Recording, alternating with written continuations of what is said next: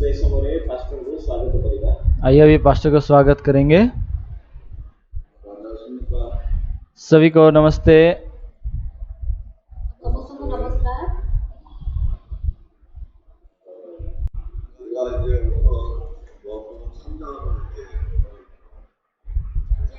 आज हम यूहन्ना के 3 अध्याय में जाएंगे।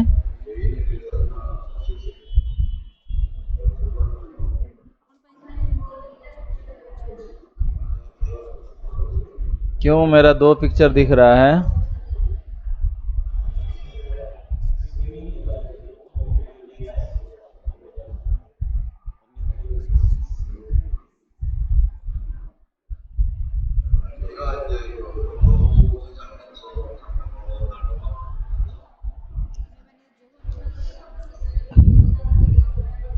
तो हम यूहन्ना 2 अध्याय से बहुत दिन तक अध्ययन किए हैं।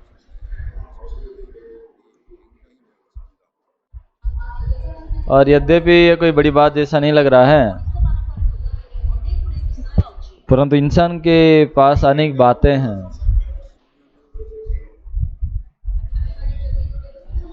यदि हम गलत एक रेफ्रिजरेटर लेंगे तो 10 साल तक उसका तो कष्ट सहना पड़ेगा। और रेफ्रिजरेटर में उसका लाइफ जो रहता है वो 10 साल तक रहता है।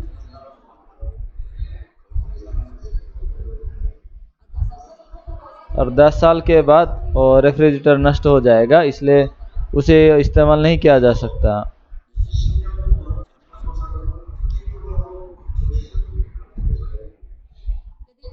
यदि आप अगर गलत से एक रेफ्रिजरेटर को ले लिए हैं रेफ्रिजरेटर को, तो उस समान रेफ्रिजरेटर को 10 साल तक इस्तेमाल करना ही पड़ेगा।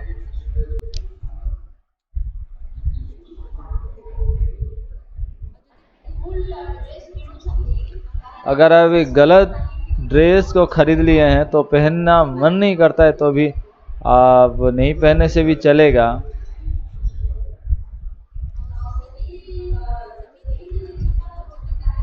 तो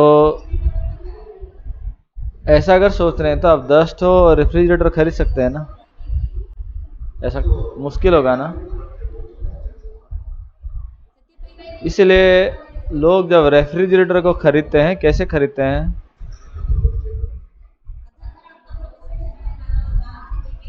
उसका दाम देखते हैं, फिर और क्या चिंता करते हैं? कौन सा कंपनी बनाया है, उसका मेक कौन है, उसके बारे में सोचते हैं।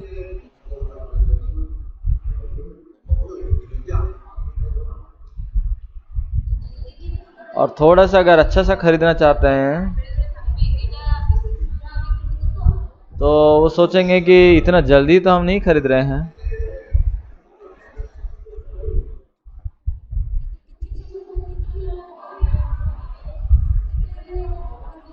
तो कुछ समय गुजर जाने के बाद वो सोचते हैं कि उस समय अगर हम खरीदे होते तो अच्छा होता।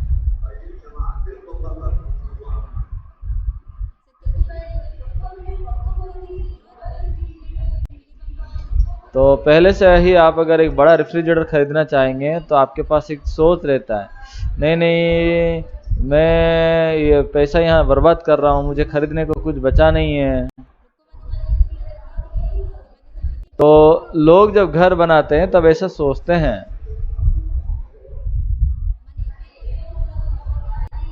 अरे अभी तो हम घर का किराया लेकर थे,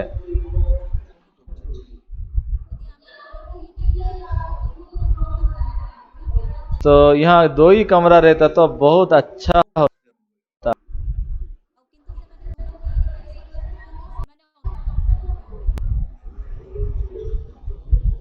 तो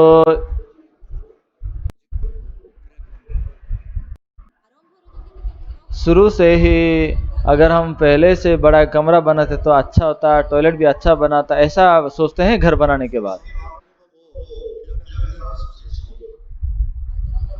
फिर अगर घर अच्छा नहीं लग रहा है तो इसका मतलब ये नहीं है कि आप लगातार उसमें कमरा जोड़ते जाएंगे, ऐसा तो नहीं है ना।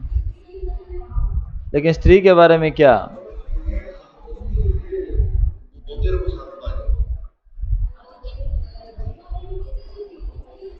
तो जीवन में एक स्त्री के साथ ही तो रहना पड़ेगा ना।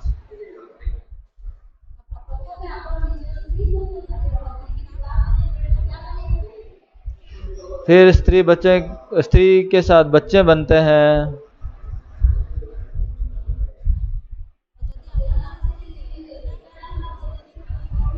अगर बच्चे होने के बाद स्त्री को बोलेंगे कि यार तुझे अच्छा नहीं लगता तो अपने घर से आ, तो ऐसा क्या करेंगे तब?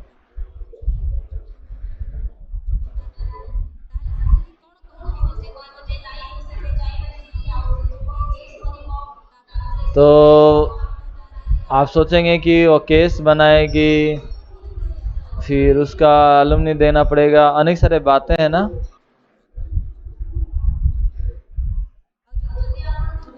अगर आप एक बार अगर गलत रूप से गलत शादी कर लिया ना, जिंदगी भर आपको कष्ट भुगतना पड़ेगा।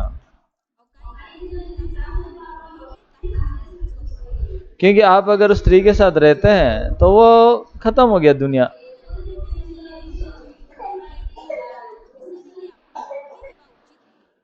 तो ये संसार में एक ऐसी बात है जिसके अंदर आप बहकाए नहीं जाना चाहिए।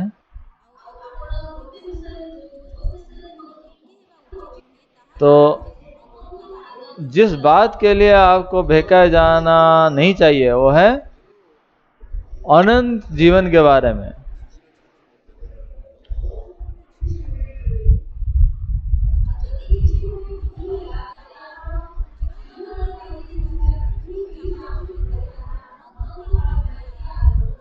तो अगर कुछ गड़बड़ी हो रहा है तो आप अनंत काल तक आप नरक ही जाएंगे। अनेक बातों के लिए अगर आप बहकाए जा रहे हैं चलेगा,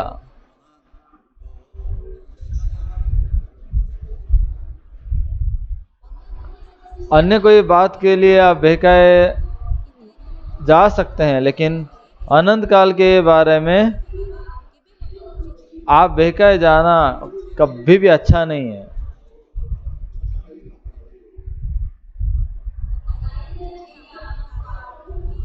क्योंकि जो शुरू से हवा को बहकाया वो सांप बहुत चतुर है, वो बहुत धूर्त है वो। इसलिए 100% इंसान जैसे भी बहकाया जाएगा तो इंसान बहकाया जाएगा, लेकिन परमेश्वर बहकाया नहीं जाएगा।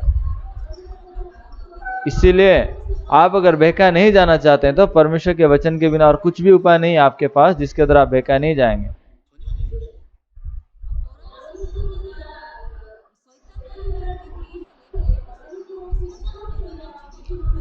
तो इसलिए परमेश्वर को विश्वास करने के सिवा और कोई दूसरा उपाय नहीं है।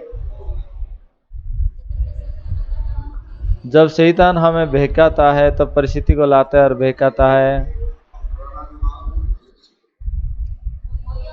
और डर और सोच को लेके शैतान हमें बहकाता है।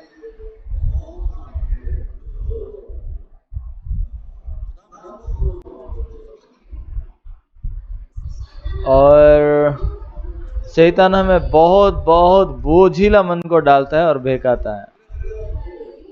आप समझ पा रहे हैं ना?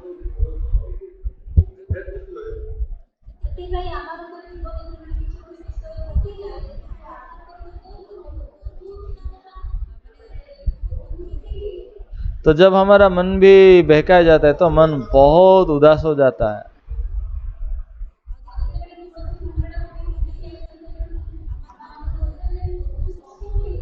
तो जब हमारा मन में हम बहकाए जाते हैं तो हमारा मन भी बहुत ही कष्ट में पड़ जाता है।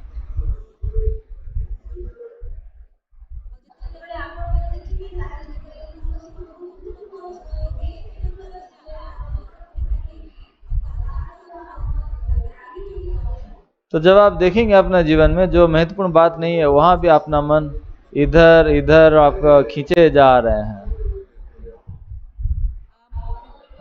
हमारे प्यारे भुवन पास्टर बहुत दिन के बाद सीएलएफ में आए हैं।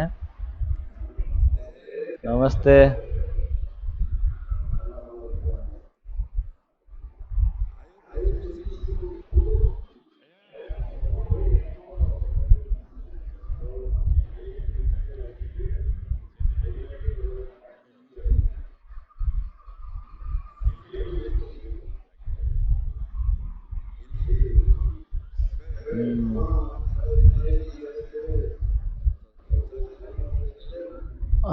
कोरोना वायरस के कारण इधर उधर जाना मुश्किल था।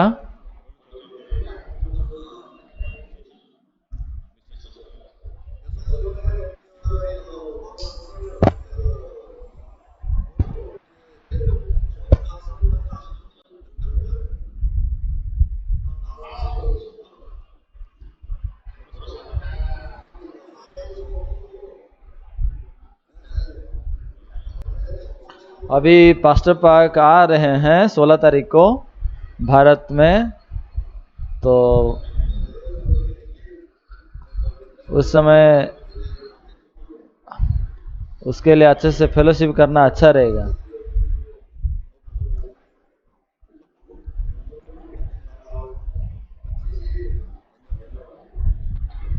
धन्यवाद।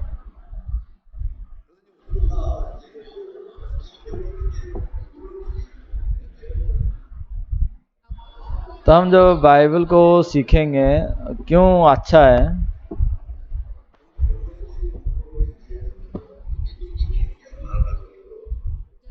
जब हम बाइबल स्टडी करेंगे तो ये आंखें मन बहुत अलग हो जाएगा।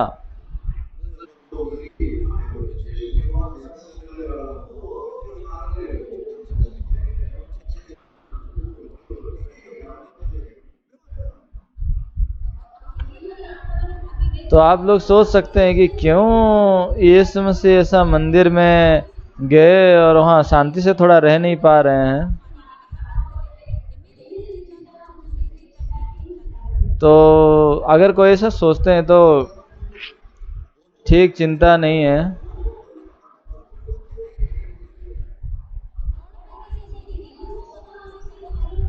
क्यों वो मासूम पशुओं को मार रहे हैं, क्या समस्या है, ऐसा लोग सोच सकते हैं।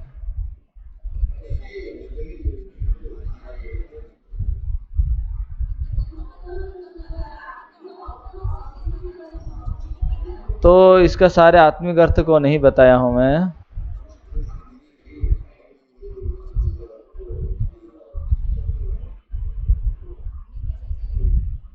आवाज थोड़ा ब्रेकिंग आ रहा है ना, तो वीडियो ऑफ करके कहने से अच्छा है।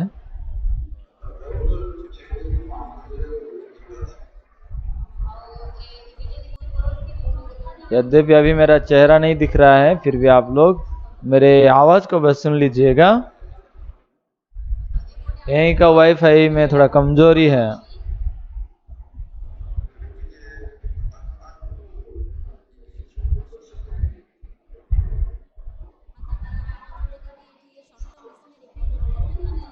यहाँ जो शट्टा मिशनरी है वो लोग पढ़ रहे हैं।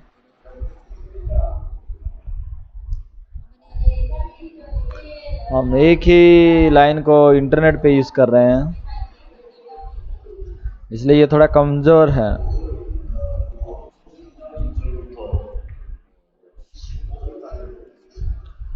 आज यूहन्ना का सुसमाचार 3 से 1 तक, 1 से 15 तक पढ़ेंगे। यूहन्ना 3 अध्याय, यूहन्ना 3 अध्याय 1 से 15 तक पढ़ेंगे।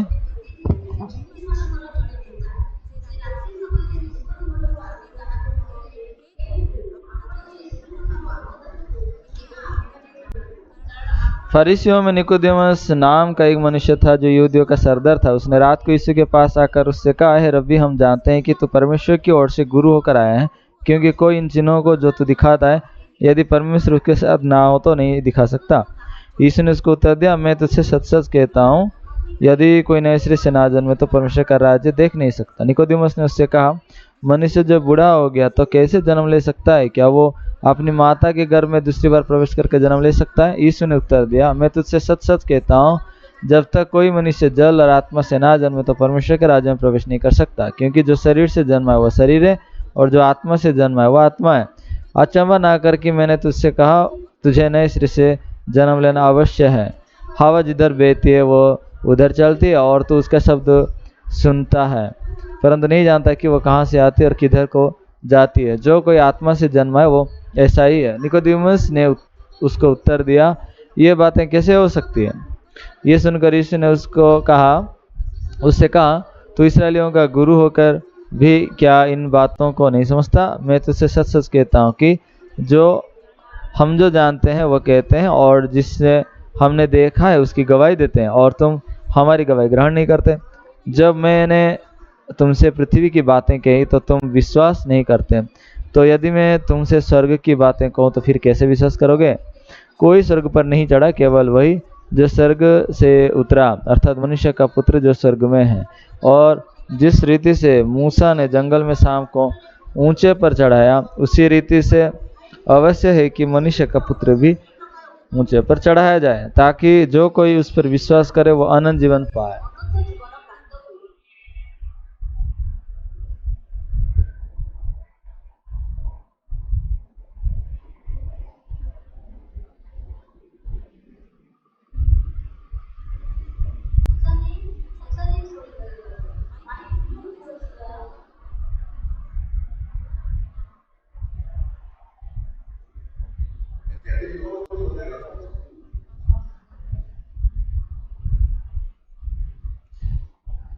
हम यूहन्ना 3 अध्याय 1 से 15 तक पढ़े हैं।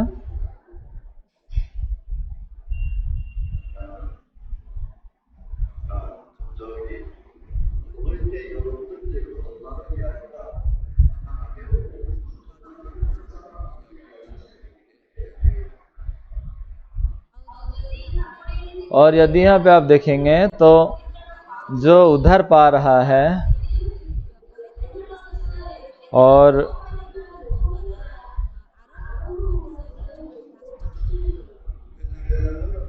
उद्धार जो नहीं पाया है, उनके द्वारा अगर ये बात शुरू होता है तो ये आश्चर्य है। यहाँ निकोदिमस और यीशु के दोनों की बातचीत हो रहा है, लेकिन दोनों के बीच में बातचीत एकदम आसान नहीं है।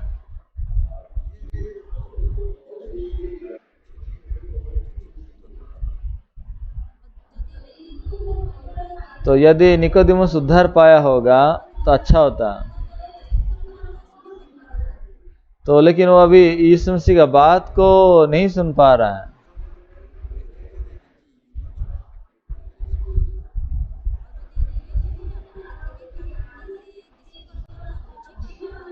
तो 2 वचन में आप देख पाएंगे क्यों वो यीशु की बात को समझ नहीं पा रहा है।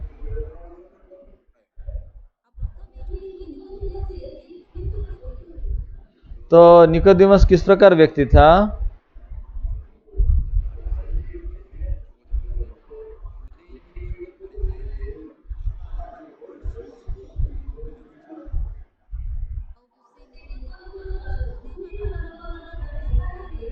तो वो यहूदियों का एक सरदार था।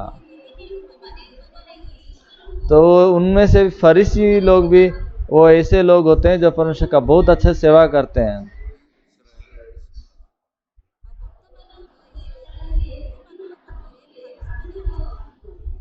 अभी भी यहूदियों में फरीसी लोग हैं।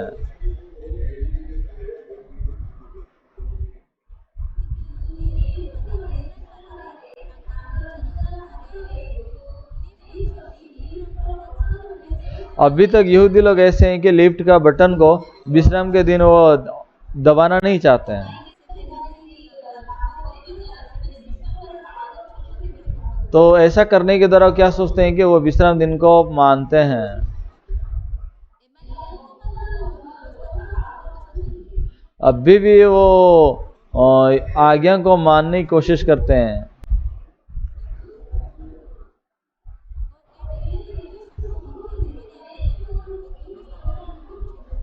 ये तो संभव नहीं, अभी भी अनेक व्यवस्था को तोड़ते हैं।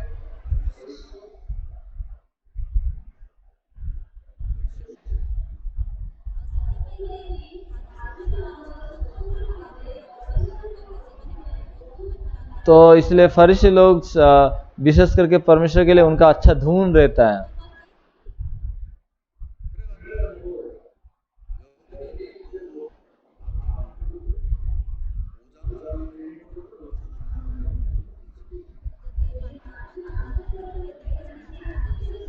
मत्ती 5 अध्याय देखेंगे तो वहां एक आश्चर्य बात लिखा हुआ है। मत्ती 5 का आप 20 वचन देखेंगे।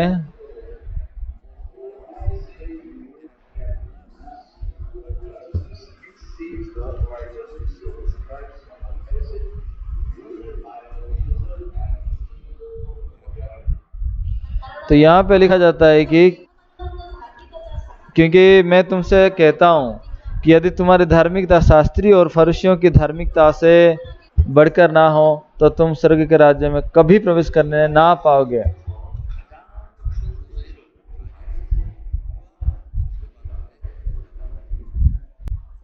तो इसीलिए कि मनुष्य के धार्मिकता के बीच में शास्त्री और फरीसियों का धार्मिकता सबसे ऊंचा धार्मिकता है।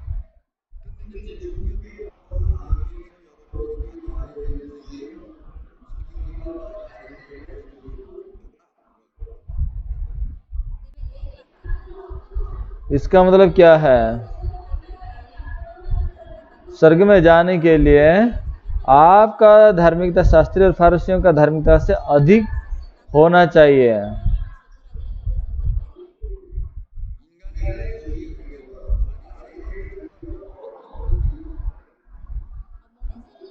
और मनुष्य के बीच धार्मिकता के बीच में फरीसियों से अधिक धार्मिक कोई नहीं बन सकता।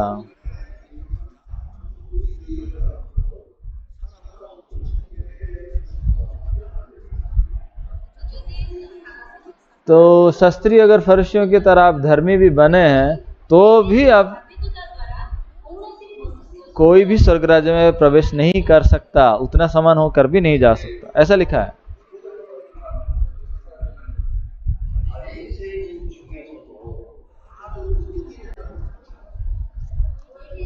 यहाँ पे निकोदिमस जो व्यक्ति है वो कैसा व्यक्ति है?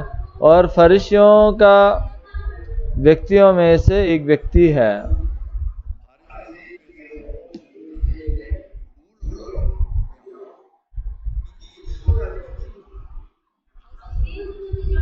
और इसको अगर आप देखेंगे ये एक नेता है, यहूदियों का वो सरदार है।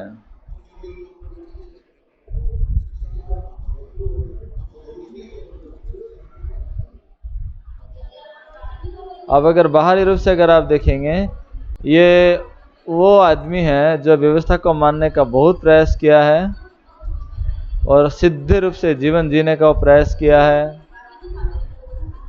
तो बाहरी रूप से वो बहुत धार्मिक दिख रहा है लेकिन ये व्यक्ति क्यों यीशु के पास आ रहा है?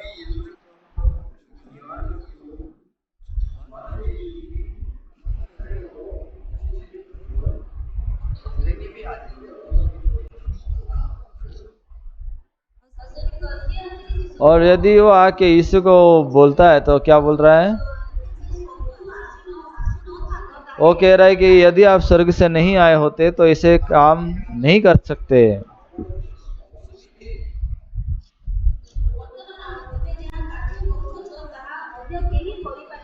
तो वो कह रहा है कि आप जो काम कर रहे हैं उसको कोई भी नहीं कर सकता था।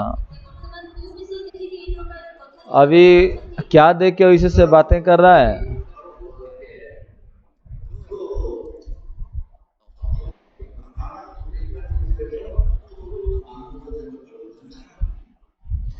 क्योंकि ये वो व्यक्ति है तो निकोदिमस ऐसा व्यक्ति है जो काना नगर में पानी दाखरस बनते हुए देखा है। तो इसने भी बहुत गहराई से सोचा होगा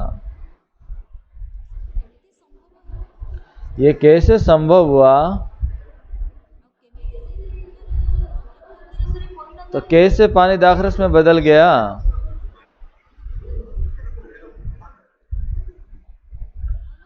तो मैं देखा हूं जो जादूगर होते हैं वो ऐसा काम वो नहीं कर सकते, लेकिन यीशु ने कैसे पानी को दाखरस बनाया?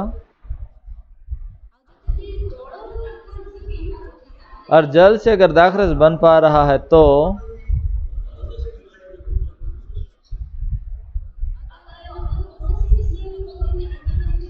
और अन्य कोई बात जो भी है तो जिसे हम सोचे भी नहीं थे उसको वो बना पा रहे हैं।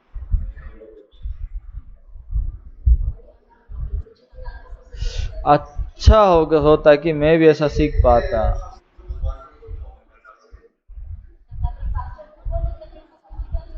और पास्टर भुवन जब हॉस्पिटल जाएंगे और पूछेंगे, ओ डॉक्टर सर, आप कितना ये बीमारियों का चंगा कर पा रहे हैं, और जब आपको देख रहा हूँ इतना अच्छे से बीमारियों को ठीक कर देते हैं, आप सचमुच में बहुत अच्छा डॉक्टर हैं। इसका मतलब क्या है? पास्टर भुवन के शरीर में कोई बीमारी नहीं है। अगर वो बीमार होते तो डॉक्टर के पास जाके क्या बोलते, सर मेरा यहाँ पे दर्द है, वहाँ दर्द है, मुझे बहुत कष्ट हो रहा है, आप जैसे भी इसका इलाज कर दीजिए।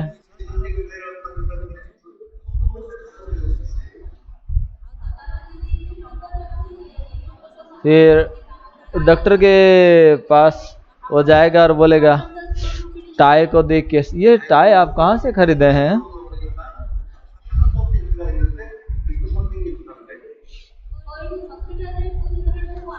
तो हॉस्पिटल में जब आ रहा था तो बाहर देखा एक बढ़िया कार पार्किंग हुआ है, वो आपका कार है क्या?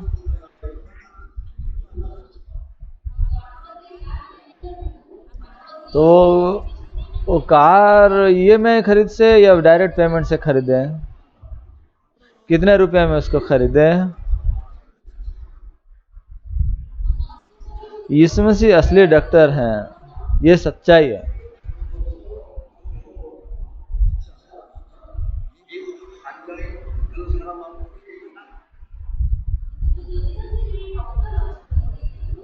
तो भले वो डॉक्टर हैं, लेकिन पेशेंट, डॉक्टर यहाँ मिल रहे हैं तो वहाँ ये पेशेंट उसको पेशेंट की तरह नहीं मिल रहा है। और ये आदमी आया है यीशु के पास, क्यों आया है?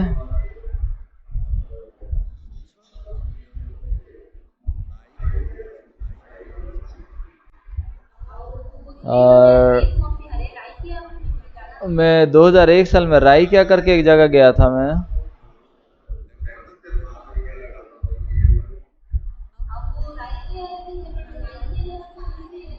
तो मैं राई क्या क्यों गया था? राई क्या से पादरी क्या से होकर जाना था मुझे।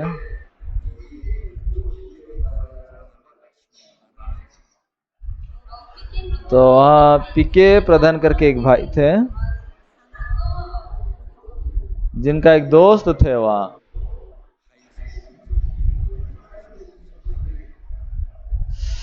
और पता नहीं उनका एक दोस्त थे जो हाई स्कूल में या प्राइमरी स्कूल में दोस्त टीचर थे वो।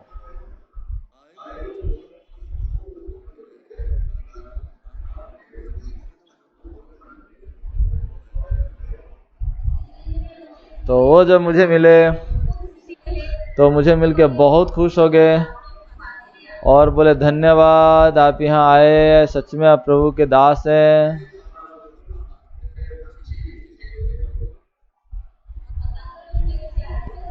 और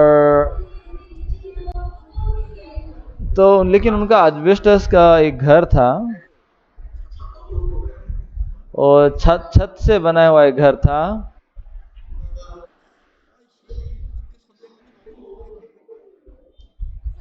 और ये टीचर बहुत खुश हो गए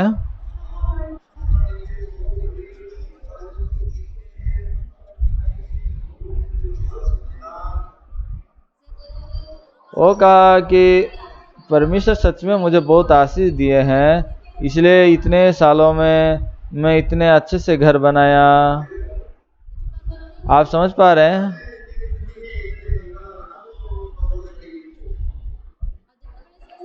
जब वो ऐसा बोल रहे थे और मैं उसको और क्या बताऊंगा।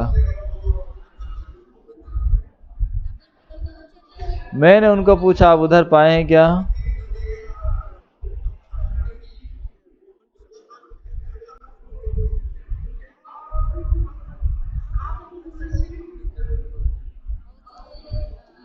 तो वो मेरा एक भी बात को ना सुनकर बोलने लगे, परमेश्वर ने मुझे इतना आशीष की है कि मैं छत घर को बनाया। परमेश्वर सच में आशीषित परमेश्वर है, आशीष देने वाला परमेश्वर है।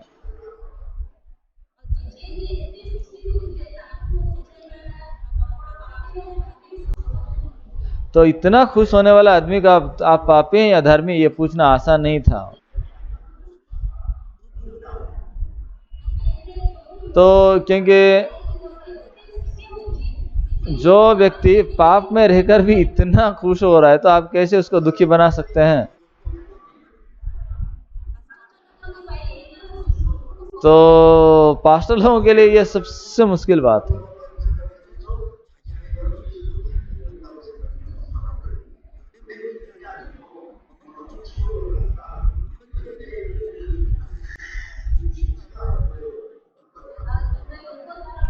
एक व्यक्ति अपने दिल में पाप कर रख के सिर्फ आशीष को पा रहा है, उसको दिखाकर इतना खुश हो रहा है, तो ऐसे व्यक्ति को आप जाके बोलेंगे कि तो आपके दिल में पाप है कि नहीं है, और वो पाप के कारण नरक में जाएंगे।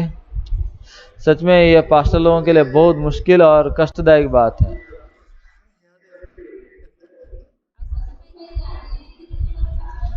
इसलिए आज यहाँ जितने भी पास्टर लोग हैं, आप मेरे साथ, आप दिल खोल के बात करना जरूरी है मेरे साथ।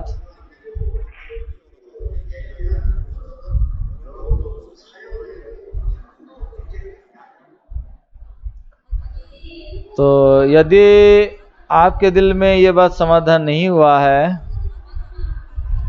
और आपके दिल में अगर इस प्रकार समस्या का समाधान को नहीं पा रहे हैं, तो आप पास्टर के रूप में काम करने का क्या मतलब है? उचित नहीं है।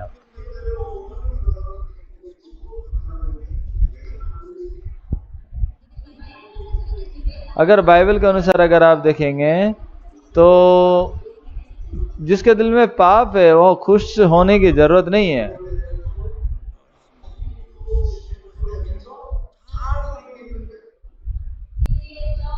तो वो दशमांश दे रहा है, ऑफरिंग दे रहा है, इस प्रकार बहुत खुशी से जी रहा है।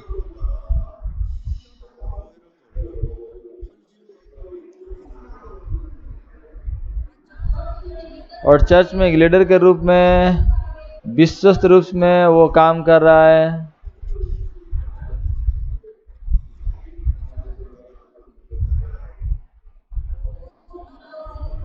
तो बहुत अच्छा घर में रह रहा है, अपने बच्चों का भी ख्याल रख रहा है, अच्छे से पढ़ भी रहे हैं, अच्छे स्कूल में।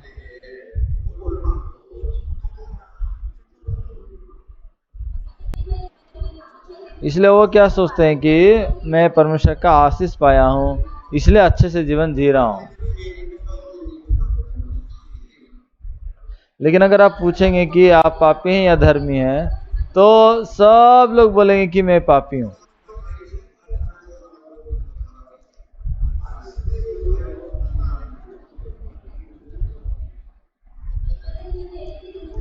तो ये लोग ऐसे लोग हैं, तो ये लोग अपनी सोच को विश्वास कर रहे हैं, लेकिन वचन को कभी विश्वास नहीं किए हैं।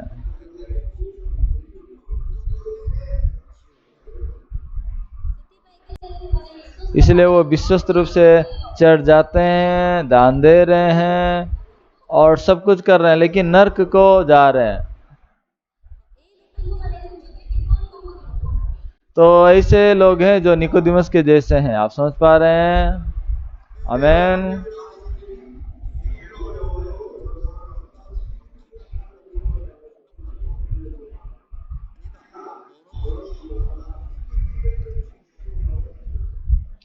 और ऐसे लोगों को बोलना कि तुम पापी हो, मरोगे तो नरक जाओगे, बोलना बहुत मुश्किल है।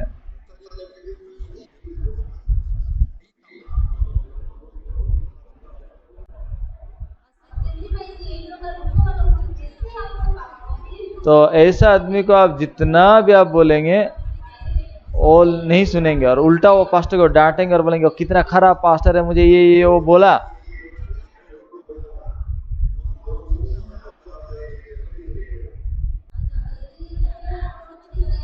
तो वो जब कहा आज का वचन अच्छे से सुनिए और ऐसे लोगों का अब यूहन्ना 3 अध्याय को खोलिए और उनका संगति कीजिए, ठीक है।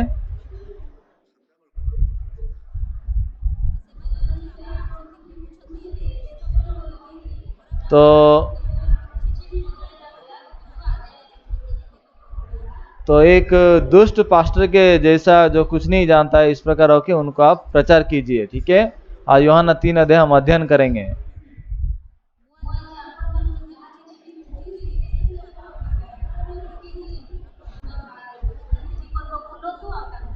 तो आज जो बता रहा हूँ उसको बैकग्राउंड बना के यूहन्ना 3 अध्याय को लेके उनको प्रचार कीजिए।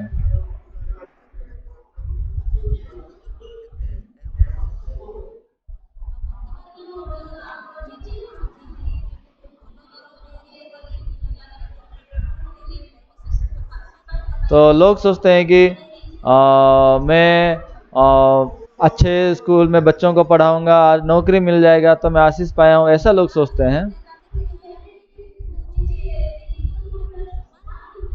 तो आप देखेंगे कि अरे ये मैं तो निकोदेमस के जैसा ही आदमी हूँ। तो मैं एक व्यक्ति हूँ जो संसार में बहुत अच्छे से जी के नर्क जाने वाला आदमी हूँ। अगर आप इस संसार में बहुत अच्छे से जिएंगे, अंत में अगर नर्क जाएंगे तो क्या लाभ है?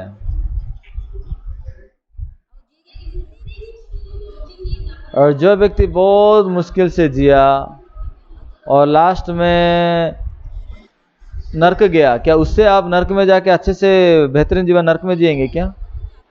नहीं, संसार में आपसे कोई अच्छा आदमी हो भी सकता है, लेकिन नर्क में जाने से क्या फर्क है? अंत में अगर नर्क में जाएगा तो दोनों कुछ अंतर नहीं है, समान है।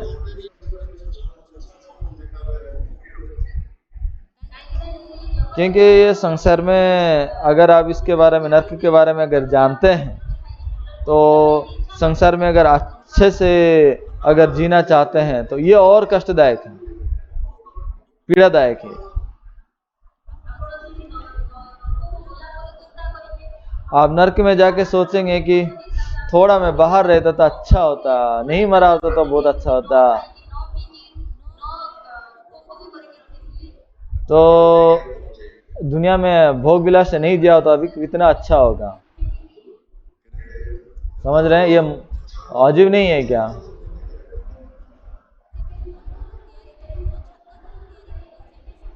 तो अच्छे से छत का घर बनाया वो समस्या नहीं है, वो आशीष नहीं है, ऐसा नहीं बोल रहा हूं।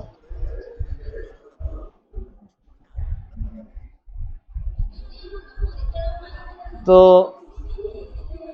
आप उधर भी नहीं पाए हैं, फिर भी अगर आप खुश होकर छत घर में रह रहे हैं तो ये कैसे आशीष की बात बनेगा?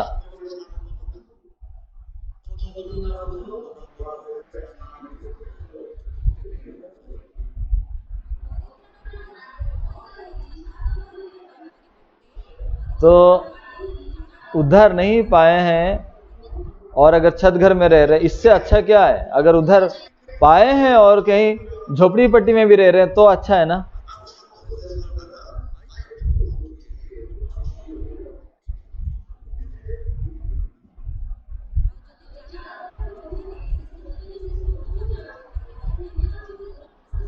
तो अगर आप छप्पर का खोपड़ी का घर में रहकर भी अगर आप उधर पाए और स्वर्ग जा रहे हैं तो ये कितना महिमान्वित और आशीषित बात है ना।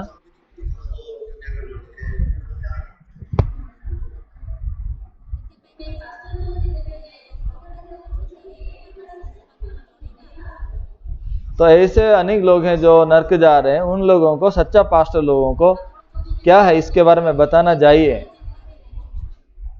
अगर नहीं बता रहे हैं तो आप नशे के इंजेक्शन में जीने वाले आदमी की तरह हैं।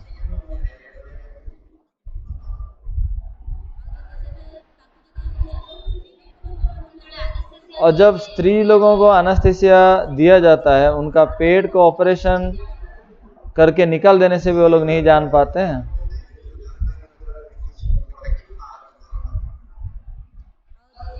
तो जब कोड़ियों का मन में उनका सेंस जब नष्ट हो जाता है तभी उनका उंगली कट जाने से भी वो नहीं समझ पाते हैं, क्योंकि उनका दर्द नहीं होता है।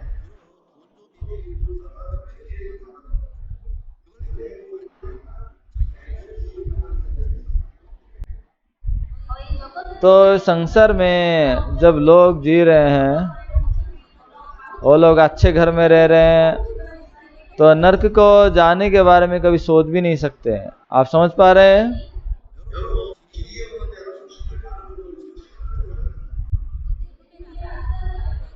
तो अगर एक रास्ता नहीं है, फिर भी अगर रास्ता वहां बनाया जा रहा है, तो रास्ते में गाड़ी जा सकता है।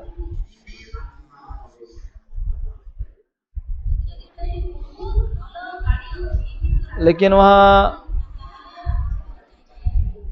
अच्छा गाड़ी है, लेकिन रास्ता नहीं है तो नहीं जा सकते ना।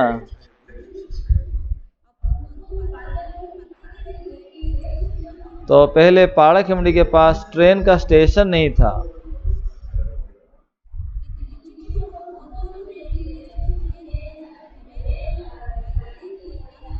तो कुछ दिन पहले वहाँ रेल लाइन आया, इसीलिए वहाँ पे रेलगाड़ी अभी जा रहा है।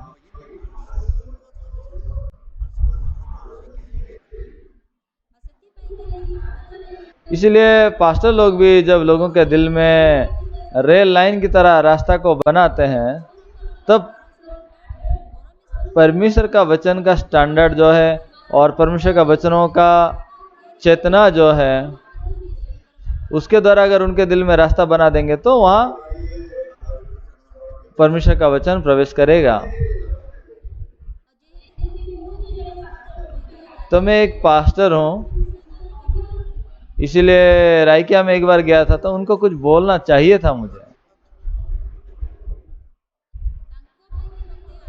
तो उनके लिए आशीष का प्रार्थना मुझे करना था, लेकिन उनका मन तो आशीष पाने के लिए प्रस्तुत नहीं है ना, तो मैं आशीष का प्रार्थना नहीं कर सका उनको।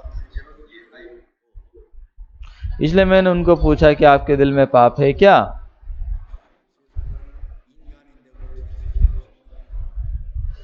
है वो हंस के बता रहे हैं कि ये कैसे हो सकता है, मैं तो इंसान हूं, कैसे मेरे पास पाप नहीं रह सकता।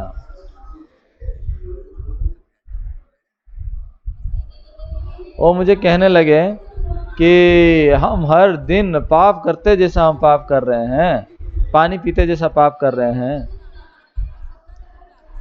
इसलिए हर दिन हमें पापों को अंगीकार करने की जरूरत है।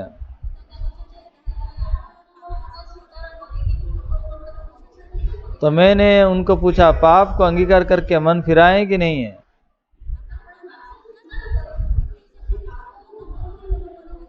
आप पाप को अंगीकार किए हैं, लेकिन पाप अंगीकार करने के बाद मन फिराए हैं क्या? अगर मन फिराए होते तो मन फिरावे के बाद विश्वास होता है, आप विश्वास भी किए होते।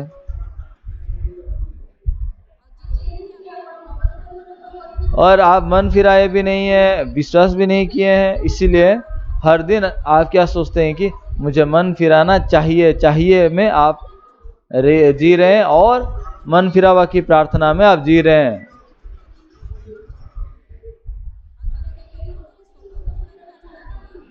और जो स्वर्ग जाने का मार्ग नहीं है, उस मार्ग पे एक आदमी जा रहा है और सोचता है कि मैं स्वर्ग जाऊंगा, तो ये अजीब नहीं है क्या?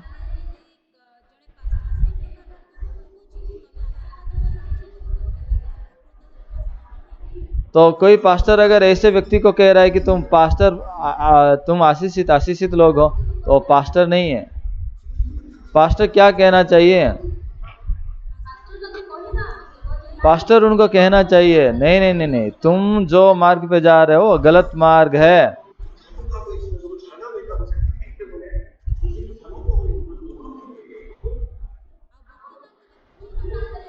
अभी तुम गलत रास्ते पर हो, तो लेकिन तुम्हें मालूम नहीं है, इसलिए तुम सोचते हो कि मैं सही रास्ते पर हूं।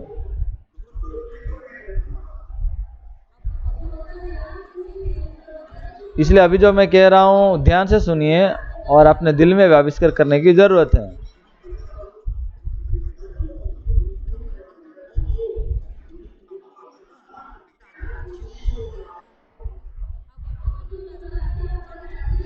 तो अगर कोई रास्ते पे आप जा रहे हैं जो स्वर्ग का मार्ग नहीं है, फिर भी अगर आप उम्मीद रखते हैं कि हाँ स्वर्ग मिल जाएगा, तो वो नर्क का रास्ता है ना।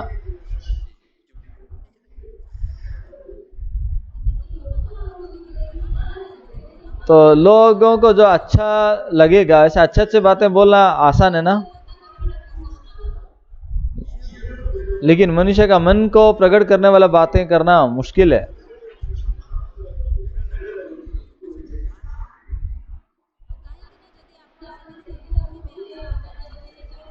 तो क्योंकि आप उनको बोलेंगे, अगर वो सही रूप से नहीं समझेंगे तो चिढ़ जाएंगे और डांटेंगे, और हमारे घर मत आइए ऐसा करके वो विरोध करेंगे।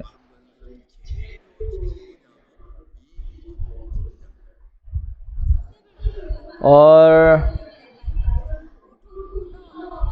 तो इस समय लोगों को जो वचन प्रचार करने सबसे बेहतरीन अध्याय क्या है, वो यूहन्ना 3 अध्याय है। तो यूहन्ना 3 अध्याय में क्या लिखा है?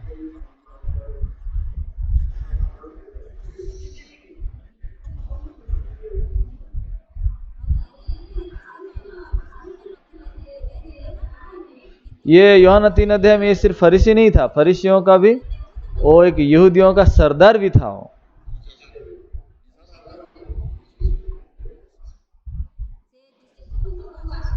तो यीशु के पास आ रहा है वो। कब आया था यीशु के पास? आप बाइबल देखिए, कब वो यीशु के पास आया था, कब आया था यीशु के पास?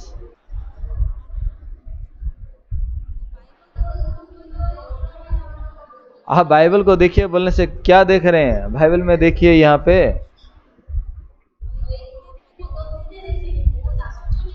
यहाँ दूसरा वचन में लिखा है, एक ही वचन में। यीशु के पास कब आया था वो?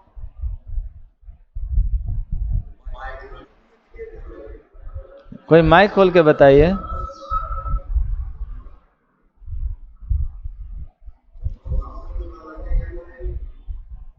पास्टर प्रधान बताइए, ट्रांसलेटर।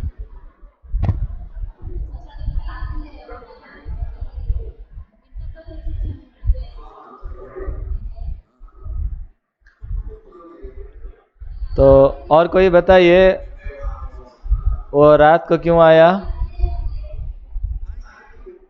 क्यों वो रात को आया? कौन बता सकते हैं? फिर से बताइए।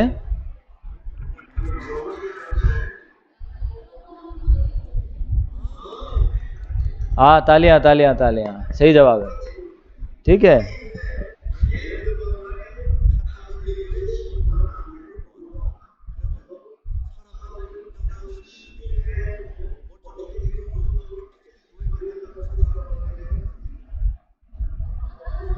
उदाहरण के तौर पे कोई अगर कैथोलिक फादर यहाँ आ रहे हैं और मुझे पूछने के लिए, तो कैथोलिक लोग क्या सोचेंगे?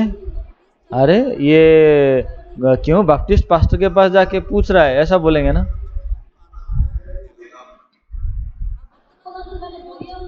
अब यो मरियम का अभी पूजा नहीं करते हैं, लेकिन हमारे फादर क्यों वो बैप्टिस्ट पास्टर के पास गया है, ऐसा लोग बोलेंगे ना कैथोलिक लोग उनको।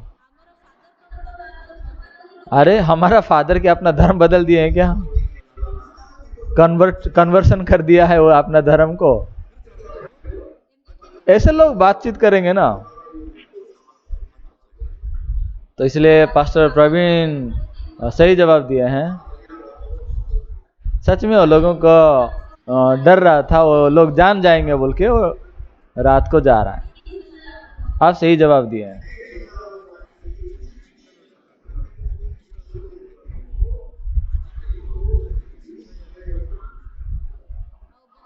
तो यहाँ ये अपना पोजीशन और अपने स्थापना को सुरक्षित रख के वो जीना चाहता है।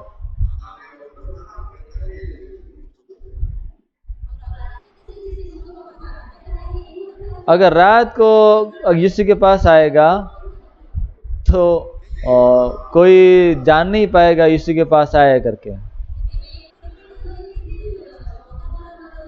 तो इसका दिल में अंधियारा मन है या उजाला मन है?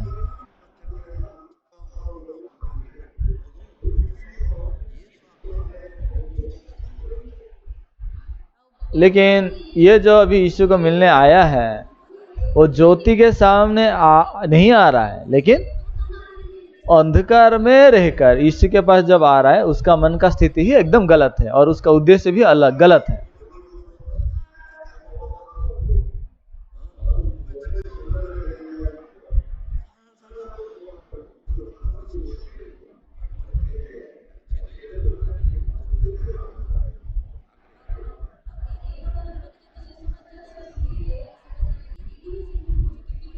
तो ऐसे लोग सुसमाचार जब सुनेंगे तो चुपके से भाग जाएंगे, फिर अपनी इच्छा से जिएंगे, अपने आप को स्थापन करने को जिएंगे। वो कभी सुसमाचार में उद्देश्य के लिए या परमेश्वर का उद्देश्य के लिए नहीं जिएंगे, वो अपने आप को ऊंचा बनाने के लिए जिएंगे।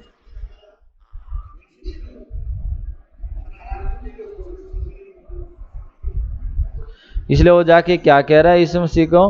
यीशु को जाके कह रहा है कि हे रब्बी, हम जानते हैं कि तू परमेश्वर के आया हुआ गुरु होकर आया है।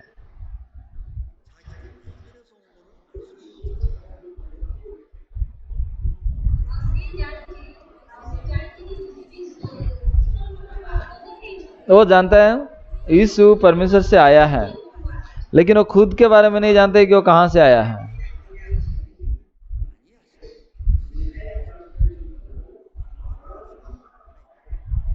तो ये कह रहा है कि हम जानते हैं कि तू परमेश्वर से आया है। वो कह रहा है ना 2 वचन में, हे प्रभु, क्योंकि यदि कोई इन चिन्हों को जो तू दिखाता, यदि परमेश्वर उसके साथ ना हो तो नहीं दिखा सकता, कह रहा। तो यानी कि यहां तक वो बता रहा है कि परमेश्वर यीशु मसीह के साथ है, यहां तक भी वो बता दिया।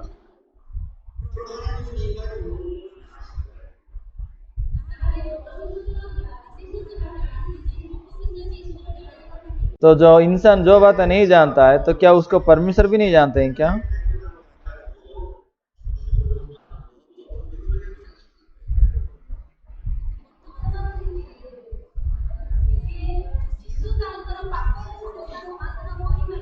तो यीशु मसीह उसका पापों को समाधान कर सकते हैं, लेकिन उस बात के प्रति उसका कोई दिलचस्पी नहीं है। लेकिन उसका दिलचस्पी कहां पर है? यीशु मसीह उस जो पानी से दाखरस बनाए थे उस पे उसका दिलचस्पी है।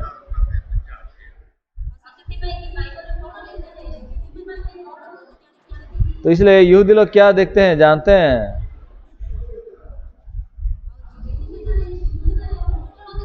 यहूदी लोग चिन्ह और लक्षण को देखते हैं। आप ये बात सुने हैं ना?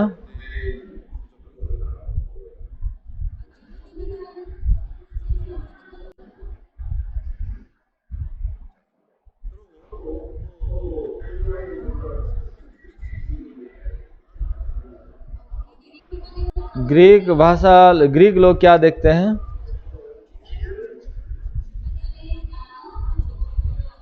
ग्रीक लोग ज्ञान ढूंढते हैं।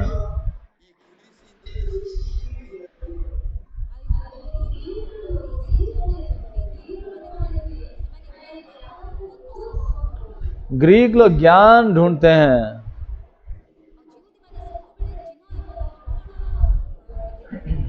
यहूदी लोग चिन्ह और लक्षणों को ढूंढते हैं।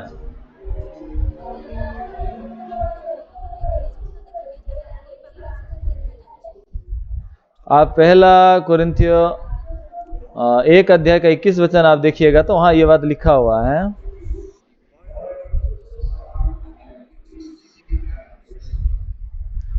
यहाँ पे लिखा है यहूदी लोगों के बारे में,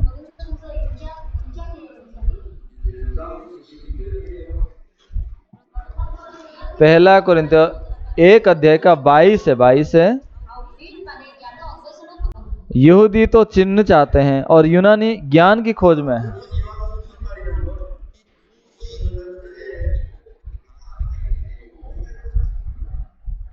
तो ये वचन का मतलब क्या है? ये 2 वंश है, ग्रीक और यहूदी लोग हैं। ग्रीक यानी कि यूनानी लोग, ये लोग अपने आत्मा के प्रति उनका ध्यान नहीं है।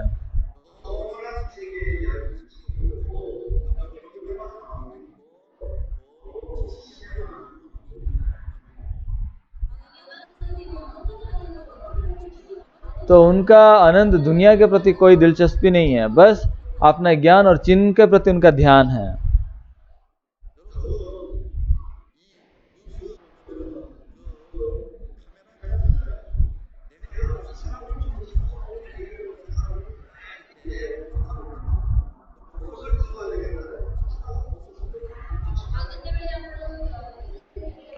तो जब आप न्यूज़ में देखते हैं और जर्नलिस्ट होते हैं, उनका कैमरामैन होते हैं, अगर वो किसी एक व्यक्ति को अगर दिखाना चाहता है तो क्या करेगा? उसको फोकस करके वो फोटो खींचते हैं ना। अगर फूल को दिखाना चाहते हैं तो उस पे वो फोकस बना के वो फोटो खींचते हैं।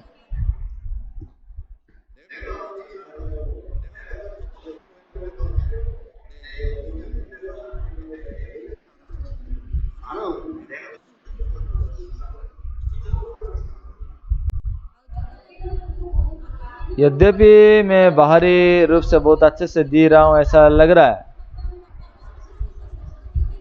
अगर मेरा आत्मा प्रभु के साथ जुड़ा हुआ नहीं है तो सबसे दयनीय आदमी मैं हूं।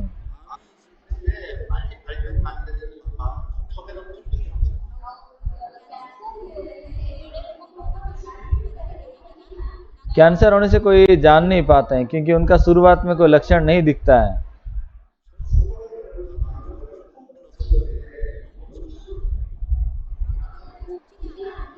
और सुई से उंगली में अगर चुभ जाता है तो बहुत कष्ट होता है ना।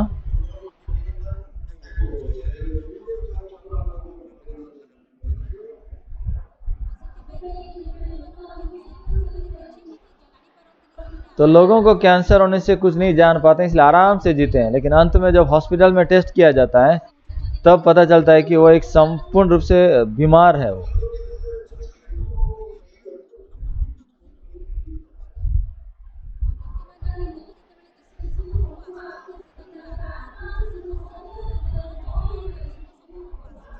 जब निकोदेमस यीशु के पास आ रहे हैं, वो अपने आत्मा के बारे में कुछ भी जाने बिना आ रहे हैं।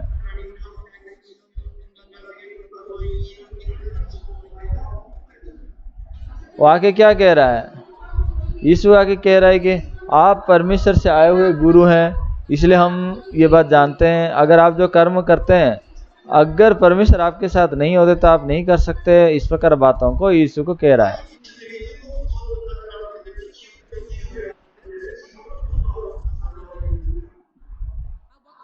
अरे ये पागल आदमी है, सच में अगर वो उधर नहीं पाएगा तो नरक में जाएगा। परंतु वो नरक जाने का आदमी होकर भी उसका दिल में दाखरस का चमत्कार से क्या संबंध है उसका, बताइए।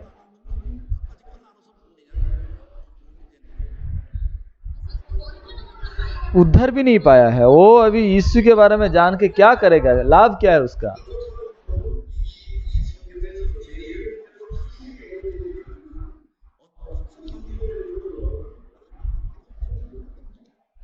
तो इसके जैसा वो बाइबल के वचन के अनुसार अगर आपका भी पाप क्षमा नहीं हुआ है तो आप जो कुछ भी बाइबल का ज्ञान को जाने, ज्ञान को बताए, बहुत कुछ भी जानते हैं ना, कुछ भी आपका लाभ नहीं होगा।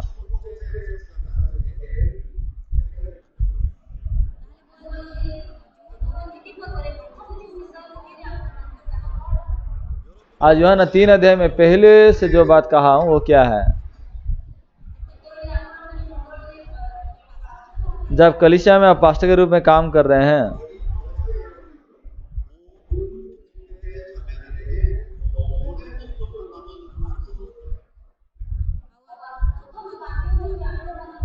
तो सबसे पहला काम क्या है चर्च में कि सारे भाई बहन अपने आत्मा के प्रति वो मन जो ध्यान दे सके, वो वचन कहना चाहिए पहले। आमीन।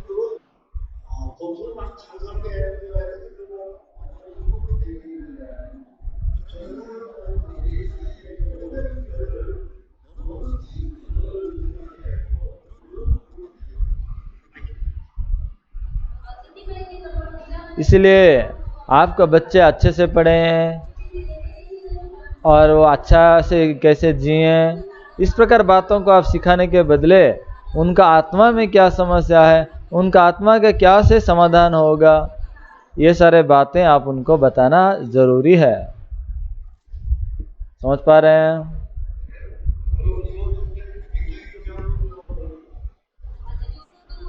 आज मैं जो बात कह रहा हूँ बहुत महत्वपूर्ण बात है।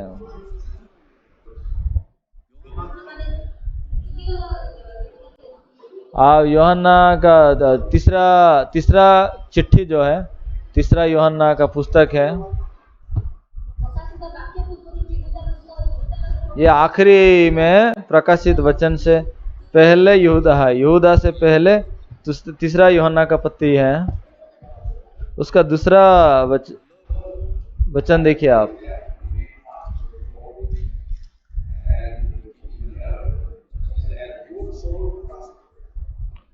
हे प्रिय, मेरी ये प्रार्थना है कि जैसे तू आत्मिक उन्नति कर रहा है वैसा ही तू सब बातों में उन्नति करे और भला चंगा रहे।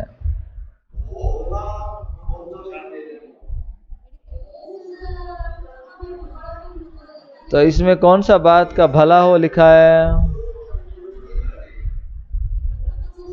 तो पहले शरीर की भलाई लिखा है या पहले आत्मा की लिखा है? किसका भलाई पहले हो बताइए।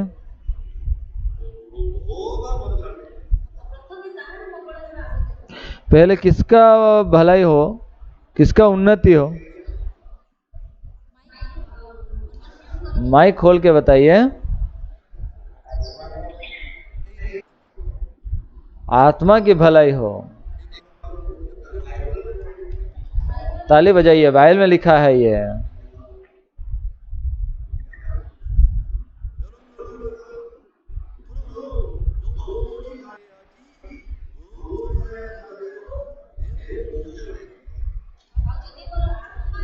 अगर मेरा भलाई हो रहा है तो मेरा सब बातों में भलाई होगा और मेरा जिंदगी भी भलाई होगी।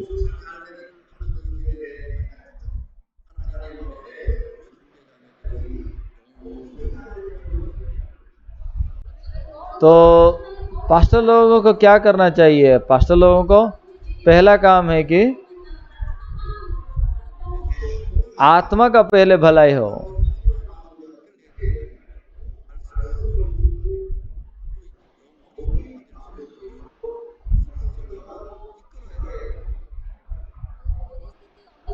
तो परिस्थिति के हिसाब से उनका दिल में जैसा उत्तेजित हो, दिल जैसा डगमगाए, ऐसा नहीं, बल्कि उनका मन कैसे परमेश्वर के वचन में स्थिर रहे, ऐसा वचनों को हमें बताना की जरूरत है।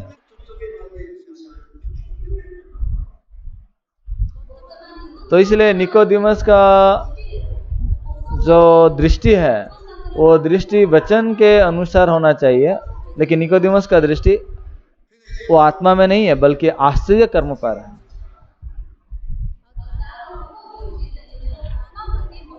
इसका मतलब ये अपने आत्मा के लिए संपूर्ण रूप से ये मूर्ख है। ये व्यक्ति जो है दाखरस के लिए आया है।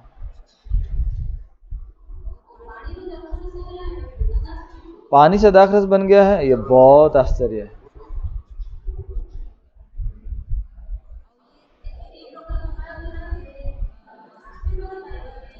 तो ऐसा उपाय के द्वारा आशीष पाना चाहता है वो।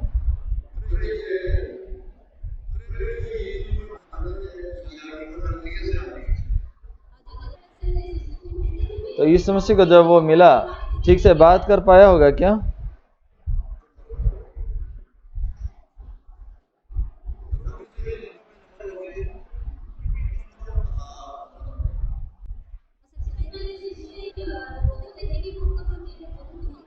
तो यीशु मसीह भी जब इसको देख रहे हैं तो कितना घुटन महसूस कर रहे होंगे।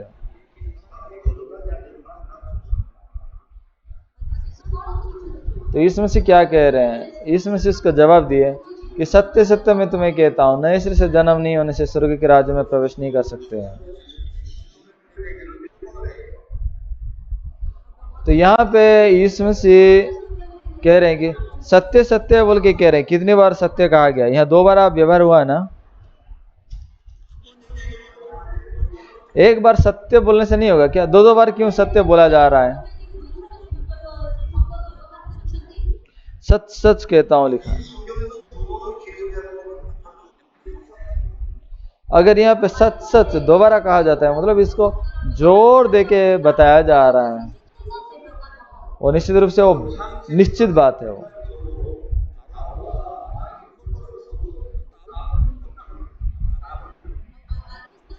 उत्पत्ति का 41 में भी तो जब आप देखेंगे फिरौन राजा जो है दोबारा सपना देख रहा है वो।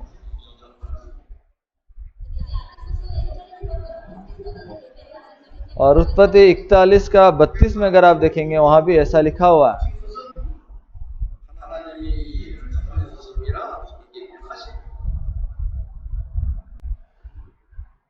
और यहाँ पे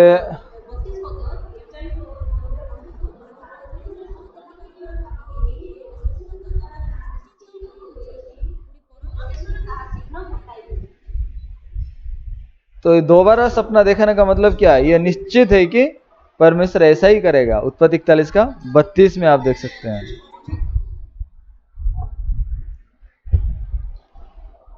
तो यहाँ दोबारा क्यों कहा गया है?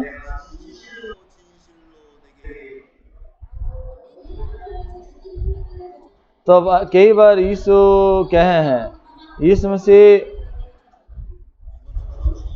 सत्य सत्य बोल के कहा है, सच्चे सच सच सच सच बोल के वो दो बार ऐसा कहा गया है, मतलब वो निश्चित रूप से होगा।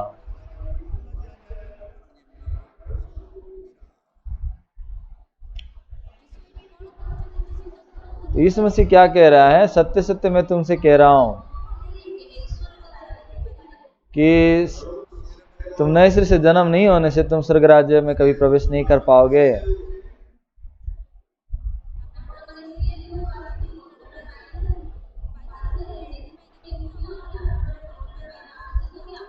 आप सीले में आके उद्धार पा चुके हैं तो फिर आपको क्या दोबारा और उद्धार पाने की जरूरत है क्या?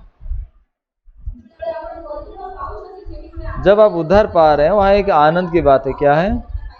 आपको और दोबारा उद्धार पाने की जरूरत नहीं है।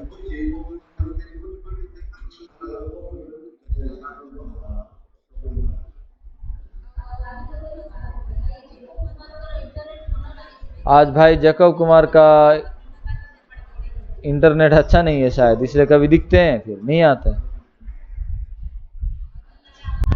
आज एक बार मैं हमारे मित्र विभू में पूछना चाहूंगा, आपके दिल में शांति है? हाँ शांति। हाँ मैं उद्धार पाया हूं, और क्या चाहिए? हाँ सही है, उधर पाए हैं तो कोई समस्या नहीं है। तो आप किसी को भी ये सुसमाचार को प्रचार कर सकते हैं।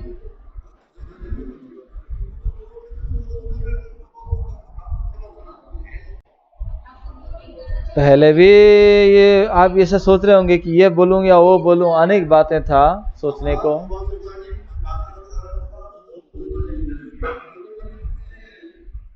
लेकिन अभी जो कोई भी भुवन पास्टर को मिलेंगे वो बोलेंगे अरे ये पास्टर सच में पहले जैसा नहीं है।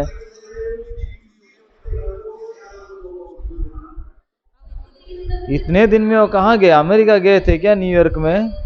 और यूनिवर्सिटी में क्या पास होके आ गए ना क्या? अरे बाप रे, हमारा तो ये डॉक्टर पीएचडी डॉक्टर बन गए हैं।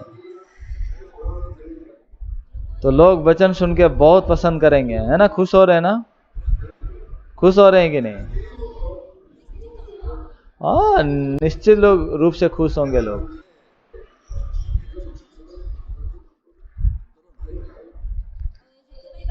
इसलिए आप 1000, 2000, 3000 लोगों को, अधिक लोगों का प्रचार कीजिए। आमेन।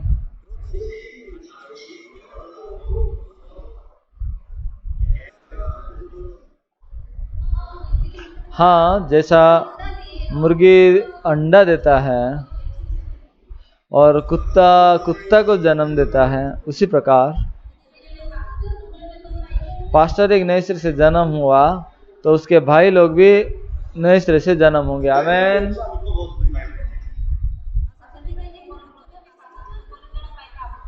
इसलिए पास्टर को उद्धार पाना बहुत जरूरी है।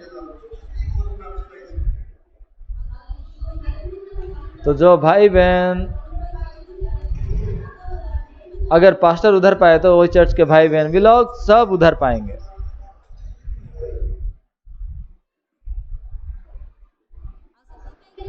इसलिए कोई अगर पास्टर उधर पाता है तो हम बहुत खुश होते हैं।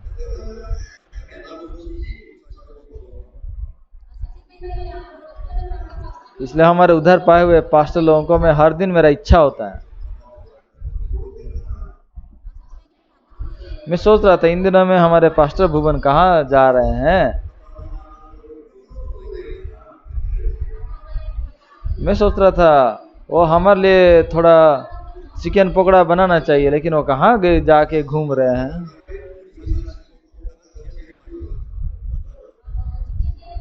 तो चिकन पकौड़ा में बोलेंगे तो उड़ीसा का चिकन पकौड़ा सबसे टेस्टी है।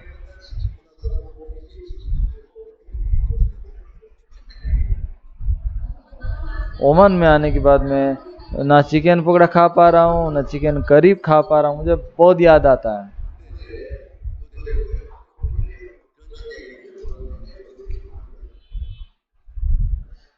और लेकिन निकोदिमस का मन में देखेंगे और यीशु का बात सुन के उसका दिल में कैसे प्रतिक्रिया दिख रहा है।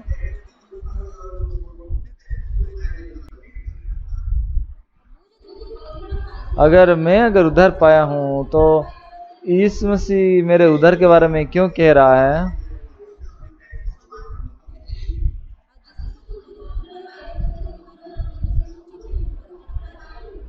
यीशु मसीह जब कह रहे हैं कि मुझे उधर पाना चाहिए, इसका मतलब मैं उधर शायद नहीं पाया हूं। तो यीशु के वचन के अनुसार देखूंगा तो मेरा योग्यता नहीं है स्वर्ग जाने का।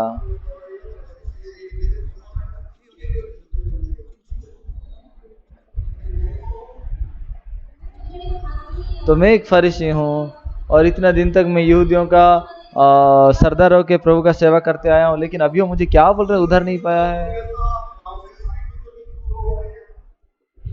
मैं कहाँ आ गया हूँ, दिल में तो पूरा अभी तूफान आ गया है। तो यीशु क्या कह रहे हैं वो समझ नहीं पा रहा है। ऐसा होना चाहिए उसका मन।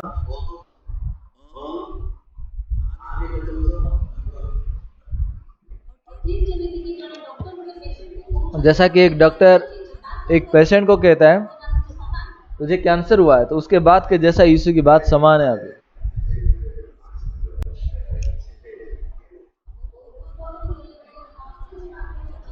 बहुत पहले मैं एक बार कॉन्फ्रेंस में प्रचार कर रहा था,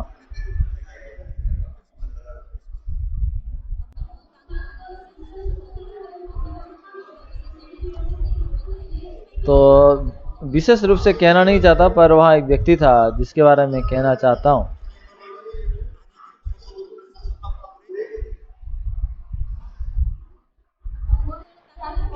उनको मैं जब पूछा कि आप उधर पाए क्या उत्तर दिया। वो बोला कि आप क्या सोचते हैं, शायद ये उधर नहीं पाया होगा इसलिए मुझे सवाल कर रहे हैं क्या।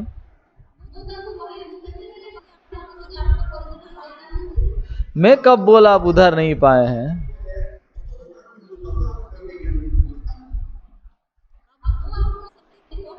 मैं तो कभी ऐसा नहीं किया हूं, लेकिन आप खुद ही खुद अपने मुंह से बता रहे हैं।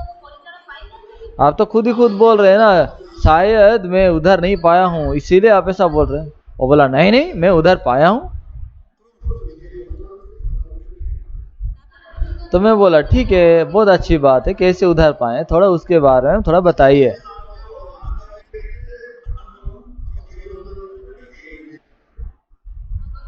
तो अब भी भयंकर बात है, अगर वो बोल रहे हैं कि मैं उधर पाया हूं तो कैसे उधर पाए हैं बता सकते हैं ना।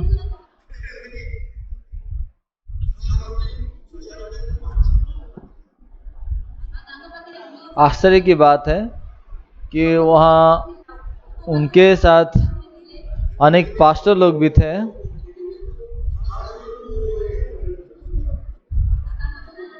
फिर धीरे धीरे वो सर को खुजली करके बोले एक्चुअली मुझे मालूम नहीं है स्पष्ट रूप से। ये बोलना कितना मुश्किल लग रहा होगा उसको ना। सच में वो दयनीय और व्यक्ति है वो। अगर वो एक बात बोलेगा कि मैं नहीं जानता हूं, तो बहुत अच्छी बात है ना ये।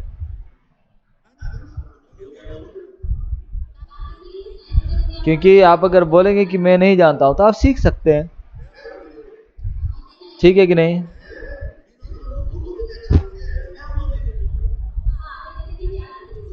हम नहीं जानते, वो समस्या भी नहीं है, परंतु हम सीख सकते हैं।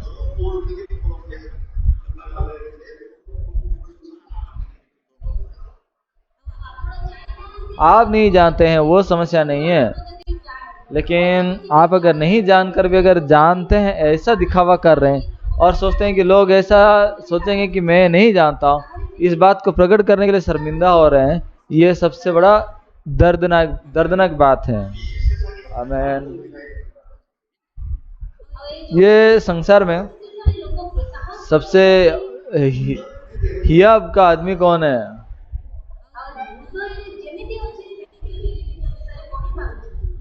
जो कह सकता है कि दिल में जो है वैसा ही बताएगा।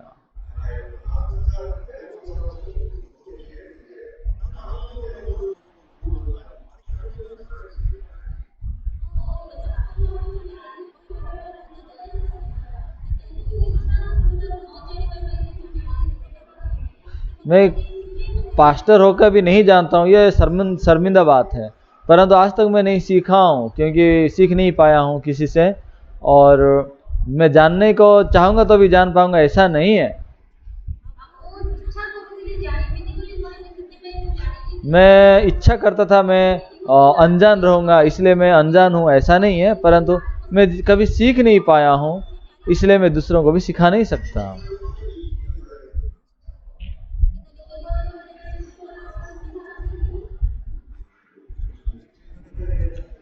तो यीशु मसीह के सामने भी वो जाकर अगर कह रहा है यीशु,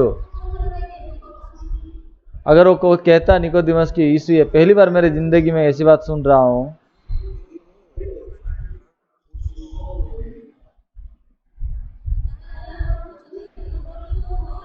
यीशु आप कह रहे हैं कि नए सिरे से जन्म नहीं होने से स्वर्ग राज्य में प्रवेश नहीं कर सकता।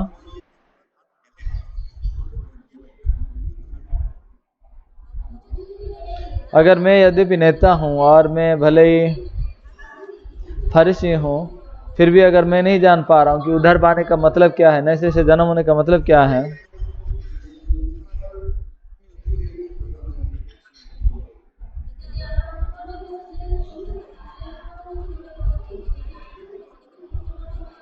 अगर आप नए सिरे से जन्म हुए तो आप भी बता सकते हैं कि कैसे एक व्यक्ति नए सिरे से जन्म हो सकता है।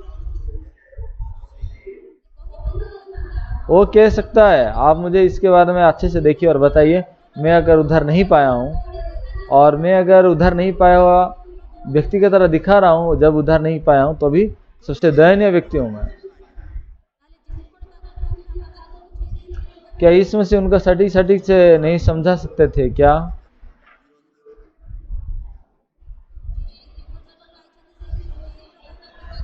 तो जो नए सिरे से जन्म पाया है वो इस प्रकार व्यक्ति है, जो नए सिरे से जन्म नहीं हुआ है वो उस प्रकार व्यक्ति है। नए सिरे से जन्म मतलब दोबारा जन्म लेना।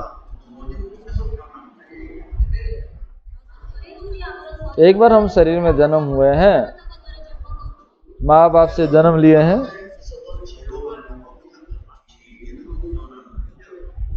और उस समय जन्म लेते समय आदम के पाप के कारण हम पापी होके जन्म लिए।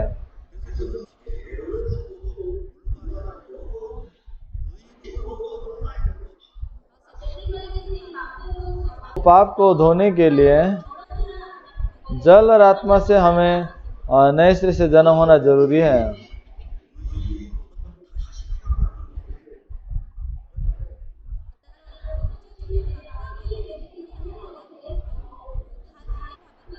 तो एक पापी कैसे धर्मी के रूप में नए सिरे से जन्म हो रहा है? तो जब हम शरीर में जन्म हुए हैं,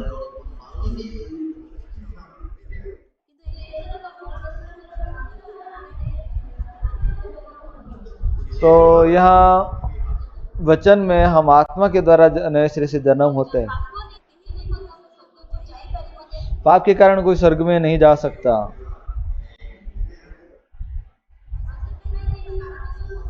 क्योंकि इसलिए पाप का समस्या समाधान होना बहुत जरूरी है। इसमें ये बात को नहीं जानता था, इसलिए अभी से आइए हम संगति करेंगे। अगर ऐसा किया होता तो इसमें से उसको अच्छे से सुसमाचार नहीं सुना था क्या?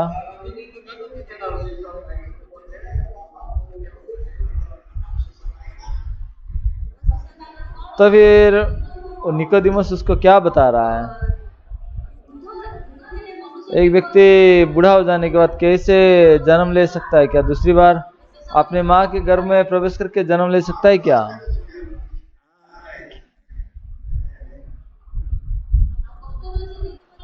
और वर्तमान जो निकोदेमुस को वो कह रहा है वो सब अर्थहीन बात है।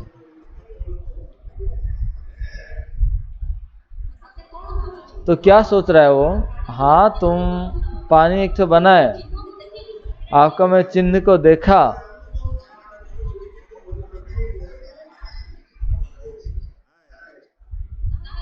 तो फिर क्या कहना चाहते हैं? एक व्यक्ति बूढ़ा होने के बाद क्या कैसे नए सिरे से जन्म ले सकता है? ये क्या संभव है? संभव है, दोबारा जन्म है ना, संभव है। उसके बाद उसके दिल से परमेश्वर की बात को, वचनों को ही निकाल दिया गया था। जब यीशु मसीह का वचन मनुष्य का मन में जैसा है वैसा ही प्रवेश करता है और ग्रहण किया जाता है, तो ऐसा दिल का दुनिया है ही नहीं है। क्योंकि वह रात को आया है, रात को।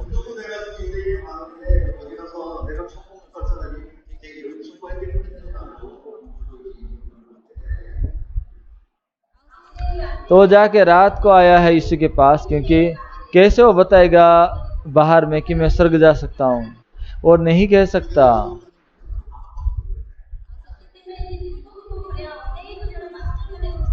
तो निकोदेमुस जैसा अनेक पादरी लोग हैं, पास्टर लोग हैं, अपने आप को पास्टर बताते हैं और प्रचार करते आए हैं।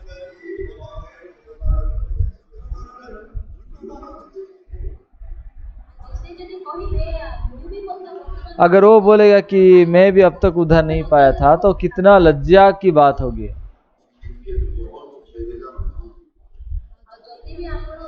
यद्यपि आपको बुरा लग रहा है, तभी आप उस बीमारी से छुटकारा पाना जरूरी है ना। आप बीमारी के लिए शर्मिंदा हो रहे हैं, इसलिए बीमारी से ठीक नहीं होंगे क्या?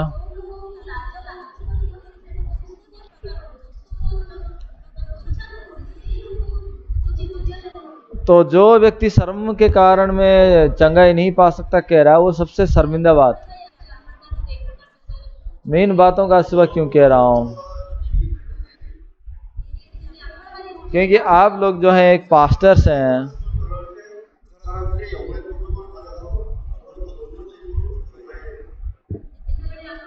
तो जब आप वचन को प्रचार कर रहे हैं, वहां पे लोगों का आत्मा को दृष्टि में रख के आप वचन बताना चाहिए और उनका उद्धार के मार्ग पे अगुवाई करना चाहिए।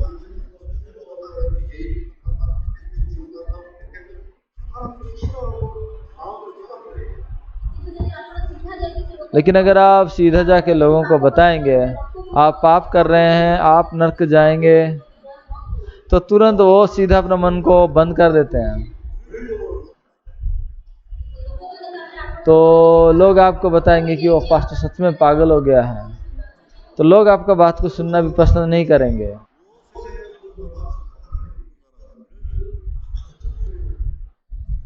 तो इसीलिए यूहन्ना में ये पुस्तक में लोग आत्मा की दृष्टि कहाँ है और किस बात से वो परमेश्वर का सेवा करना चाहिए, वो बात को सिखाने की जरूरत है। आमीन।